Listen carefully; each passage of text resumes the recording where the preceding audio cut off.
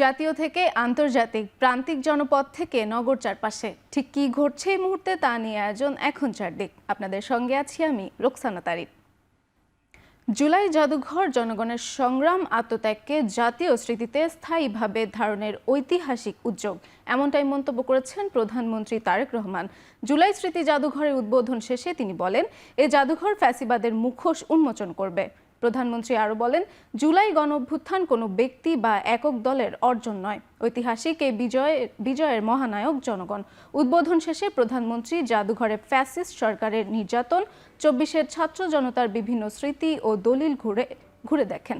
উদ্বোধনী অন্তর্বর্তী সরকারের সাবেক প্রধান উপদেষ্টা ডক্টর ইউনুস, সংস্কৃতি মন্ত্রী, তথ্য উপদেষ্টা, সরকারের ঊর্ধ্বতন কর্মকর্তা, জুলাইয়ের বীর শহীদ পরিবারের সদস্য সহ বিভিন্ন রাজনৈতিক দলের নেতারা উপস্থিত ছিলেন।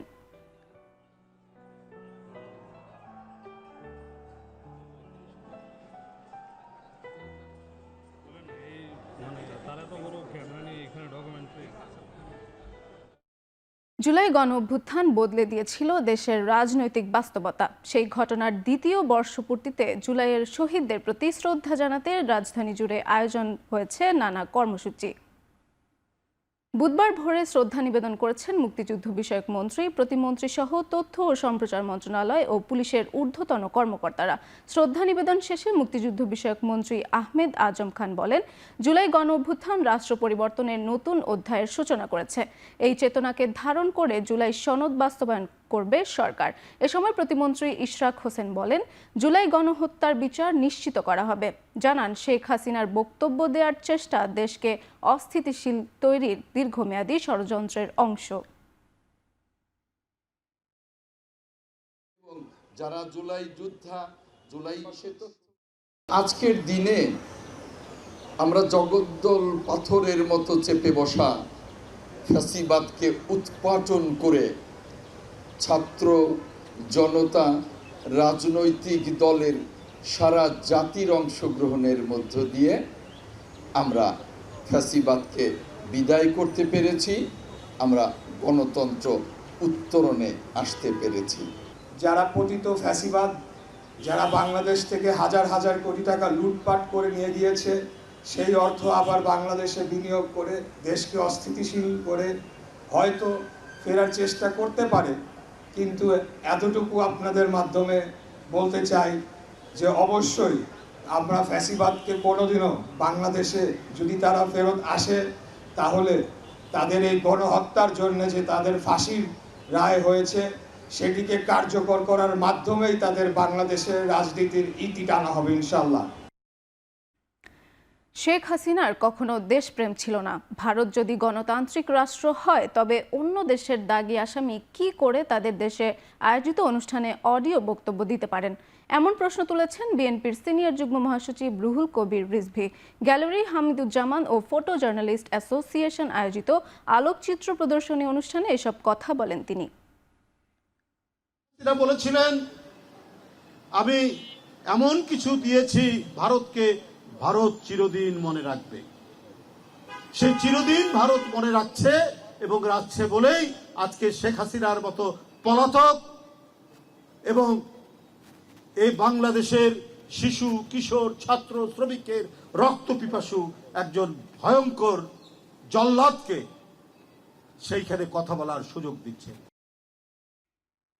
ঐতিহাসিক জুলাই গণঅভ্যুত্থানের বিজয়ের দিনে রাজধানীর মানিক মিয়া এভিনিউতে মুনসুল কালচারাল অ্যালায়েন্স কনসার্টের আয়োজন করেছে।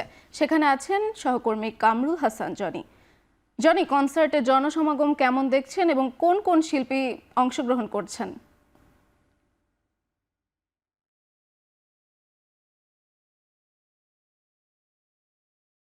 অ্যাভিনিউতে আপনি জানেন যে ৩৬ জুলাইকে উদযাপন করতে গিয়ে তরুণরা আজকে এখানে অংশ নিয়েছেন এবং যে বর্ষা বিপ্লবের গান,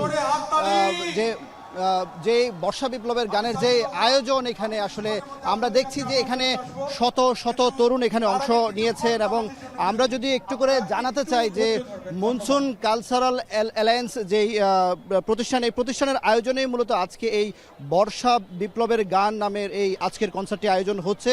এবং কিছুক্ষণ আগে আমরা দেখেছি যে এনসিপির যিনি সদস্য সচিব আক্তার হোসেন তিনি কিন্তু অনুষ্ঠান স্থলে এসে উপস্থিত হয়েছেন এবং এনসিপির আরও বেশ কয়েকজন নেতৃত্বস্থানীয় নেতা এখানে আসলে উপস্থিত হয়েছেন। এবং যদি আপনাকে সঙ্গীত শিল্পীদের যদি কথা বলতে চাই যে এখানে আসিফ আকবর থেকে শুরু করে ব্যান্ড শিল্পী হাসানও এখানে সঙ্গীত পরিবেশন করার কথা রয়েছে। এবং আমরা দেখেছি যে ইতিপূর্বে আসলে বেশ কয়েকজন শিল্পী সঙ্গীত পরিবেশন করেছেন এবং তাদের প্রত্যেকেই এই জুলাইকে ধারণ করে ৩৬ জুলাইয়ের আসলে গানের মাধ্যমে তারা আসলে যে তরুণদেরকে উজ্জীবিত করার চেষ্টা করছেন এবং বলছেন যে এই জুলাইয়ের যে অভ্যুত্থান ছিল 2 বছর আগে, সেই 2 বছর আগের যে অনুপ্রেরণা এবং সেই উচ্ছ্বাস নিয়ে যেন এই নতুন যে বাংলাদেশ, এই বাংলাদেশকে যেন আবারও যেন পুনর্গঠন করতে পারে, তারা যেন এই বাংলাদেশের যে স্বপ্ন নিয়ে আন্দোলন হয়েছিল গত 2 বছর আগে,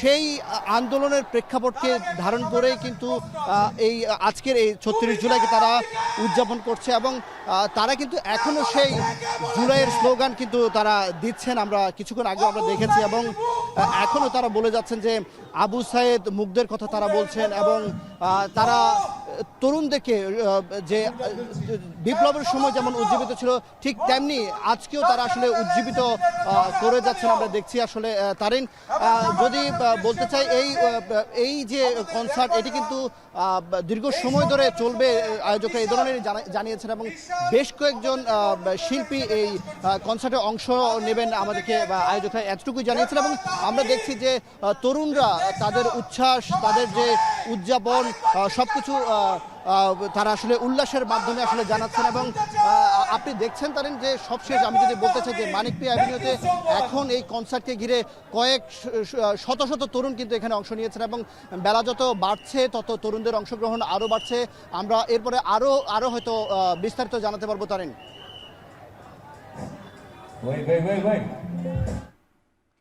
রাজধানীর মানিক মিয়া এভিনিউ থেকে যুক্ত ছিলেন সহকর্মী জনি। জুলাই গণ অভ্যুত্থানের স্মৃতি সংরক্ষণ এবং নতুন প্রজন্মের কাছে সত্য ইতিহাস তুলে ধরার লক্ষ্যে রাজধানীতে জুলাই স্মৃতির চিত্র প্রদর্শনী আয়োজন করে জামায়াতে ইসলামী। উদ্বোধনী অনুষ্ঠানে দলের আমির ও বিরোধী দলীয় নেতা ডক্টর শফিকুর রহমান বলেন, 1971 সালে দেশ স্বাধীন হলেও প্রকৃত সার্বভৌমত্ব প্রতিষ্ঠিত হয়নি। একই সঙ্গে তিনি অভিযোগ করেন, শিক্ষাঙ্গনের পরিবেশকে রক্তাক্ত করেছে ছাত্রদল। ফ্যাসিস্টদেরকে বিচারের আওতায় এনে তাদের শাস্তি নিশ্চিত করতে হবে। লক্ষণ ভালো না, একটাও দেখতে পাচ্ছি না। সব যেন চূড়াবালিতে হারিয়ে যাচ্ছে। কার সাথে আঘাত করে জাতির এই দাবিগুলোকে উপেক্ষা করা হচ্ছে আমরা জানতে চাই। এর জবাব প্রধানমন্ত্রীকে দিতে হবে। এটা জাতির সাথে সুস্পষ্টভাবে প্রতারণা। বরিশাল বিশ্ববিদ্যালয়ের ছাত্রদল ও ইসলামী ছাত্র শিবিরের নেতাকর্মীদের মধ্যে সংঘর্ষের ঘটনা ঘটেছে। ঘটনায় উভয় পক্ষের অন্তত 8 থেকে 10 জন নেতাকর্মী আহত হয়েছেন। সকালে ইসলামী ছাত্র শিবির বরিশাল বিশ্ববিদ্যালয়ের শাখা জুলাই গণ অভ্যুত্থানের 2য় বর্ষপূর্তি উপলক্ষে গণভোটের রায় ও জুলাই সনদের পূর্ণাঙ্গ বাস্তবায়ন এবং গণহত্যার দাবির বিচারের বিক্ষোভ মিছিল বের করে। মিছিলটি বিশ্ববিদ্যালয়ের গ্রাউন্ড ফ্লোর থেকে প্রধান সড়ক অতিক্রম করে সকাল 9:45 দিকে বিশ্ববিদ্যালয়ের সম্মুখ সহ মহাসড়কে পৌঁছায়। এ সময় বরিশাল বিশ্ববিদ্যালয়ের ছাত্রদল নেতা কর্মীরা মিছিলে বহিরাগত প্রবেশের অভিযোগ তুলে কর্মসূচিতে বাধা দিলে উভয় পক্ষের মধ্যে বাকবিতণ্ডা শুরু হয়। এক পর্যায়ে তার সংঘর্ষে রূপ নেয়। সংঘর্ষে উভয় পক্ষের আনুমানিক 8 থেকে 10 জন আহত হন। এ ঘটনায় কিছু সময়ের জন্য মহাসড়কে যান চলাচলও ব্যাহত হয়।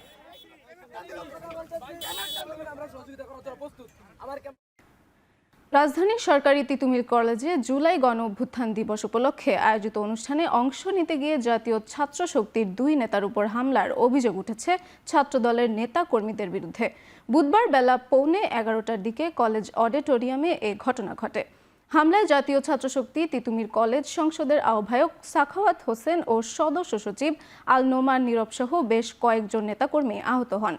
জাতীয় ছাত্রশক্তির দাবি, জুলাই গণ অভ্যুত্থান দিবস উপলক্ষে কলেজ কর্তৃপক্ষের আয়োজিত অনুষ্ঠানে সংগঠনটির তিতুমির কলেজ সংসদের নেতারা উপস্থিত হলে ছাত্রদলের নেতাকর্মীরা তাদের উপর অতর্কিত হামলা চালান। এরপর ছাত্রশক্তির নেতাকর্মীদের মারধর করে ক্যাম্পাস থেকে বের করে দেওয়া হয়। পরে আহতদের উদ্ধার করে চিকিৎসার জন্য ঢাকা মেডিকেল কলেজ হাসপাতালে পাঠানো হয়।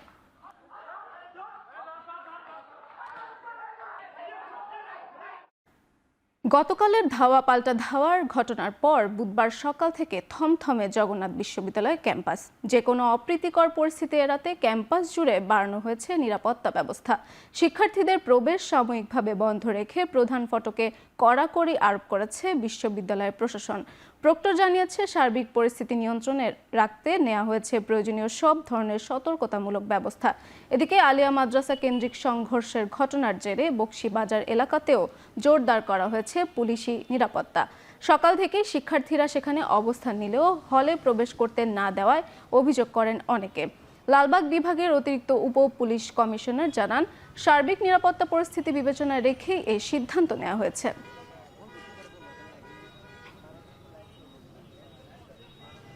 বকশীবাজার এবং সংশ্লিষ্ট এলাকায় আইনশৃঙ্খলা পরিস্থিতি স্বাভাবিক রাখার জন্য সকাল থেকে আমাদের সতর্ক উপস্থিতি রয়েছে।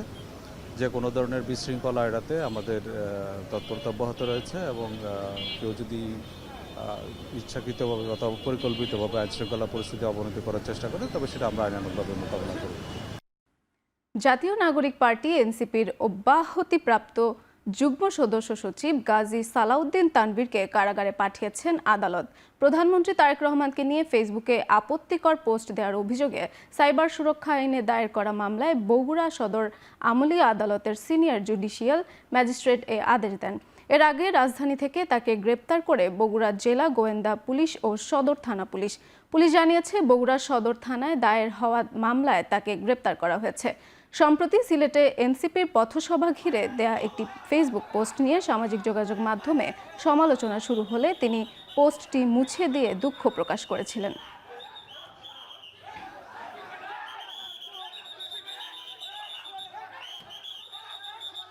আজ সন্ধ্যা থেকে মহেশখালী এলএনজি টার্মিনাল হতে 200 থেকে 250 মিলিয়ন ঘনফুট গ্যাস সরবরাহ বাড়বে বলে জানিয়েছেন কর্ণফুলী গ্যাস ডিস্ট্রিবিউশনের এমডি প্রকৌশলী মোহাম্মদ সালাউদ্দিন।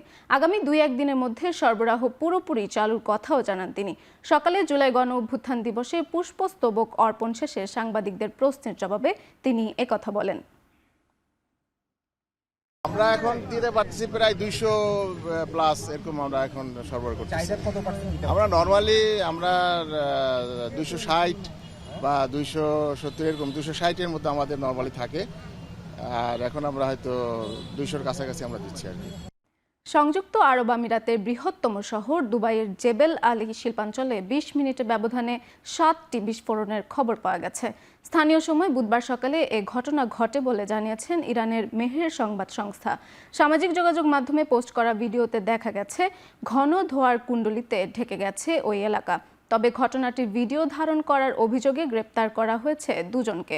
এদিকে ইরাকের সংবাদ মাধ্যমগুলো জানিয়েছে, ইয়েমেন থেকে এই ক্ষেপণাস্ত্রের হামলা চালিয়েছে ইরান সমর্থিত হুতি বিদ্রোহীরা। অবশ্য বিস্ফোরণের বিষয়ে এখনও কোনো মন্তব্য করেনি আরব আমিরাত।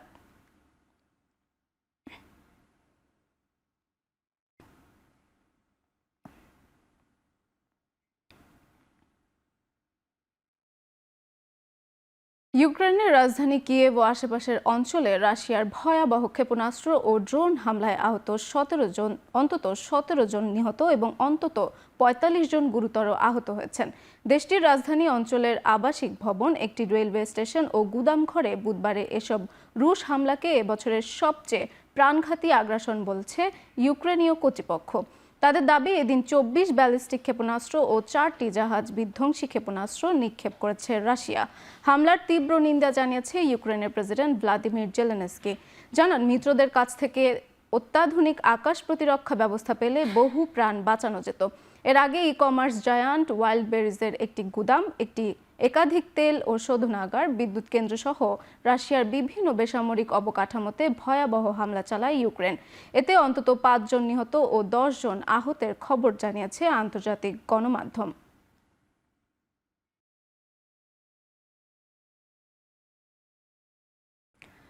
অতিবৃষ্টি ও আকস্মিক বন্যায় বিপর্যস্ত ভারতের উত্তর পূর্ব ও উত্তর পশ্চিমাঞ্চল। বন্যা ও ভূমিধসে আসামে প্রাণহানি বেড়ে দাঁড়িয়েছে 87 আর কেরালায় 20 জনে। দীর্ঘস্থায়ী বন্যা থেকে এখনও ঘুরে দাঁড়াতে পারেনি আসাম। বন্যার পানিতে তলিয়ে গেছে কয়েক হাজার হেক্টর ফসলি জমি। বন্যার পরিস্থিতি পর্যালোচনা করে প্রয়োজনীয় সব ধরনের ব্যবস্থা নিতে স্থানীয় প্রশাসনকে নির্দেশ দিয়েছে প্রধানমন্ত্রী নরেন্দ্র মোদী। এরই মধ্যে বন্যা কবলিত অঞ্চল পরিদর্শন করেছেন রাজ্যের মুখ্যমন্ত্রী হিমন্ত বিশ্ব শর্মা। এদিকে গেল 2 দিনের টানা বৃষ্টিতে সৃষ্ট ভূমিধসে বিপর্যস্ত কেরালা রাজ্য। এছাড়া ভারী বৃষ্টির সম্ভাবনায় সিকিম, মেঘালয় ও অরুণাচলে জারি হয়েছে রেড অ্যালার্ট। দিল্লি, হরিয়ানা, পাঞ্জাব, উত্তরপ্রদেশ সহ বেশ কিছু রাজ্যে হলুদ সতর্কবার্তা জারি করেছে দেশটির আবহাওয়া অফিস। এদিকে শ্রীলঙ্কায় আকস্মিক বন্যা ও ভূমিধসে প্রাণহানি বেড়ে দাঁড়িয়েছে 7 জনে।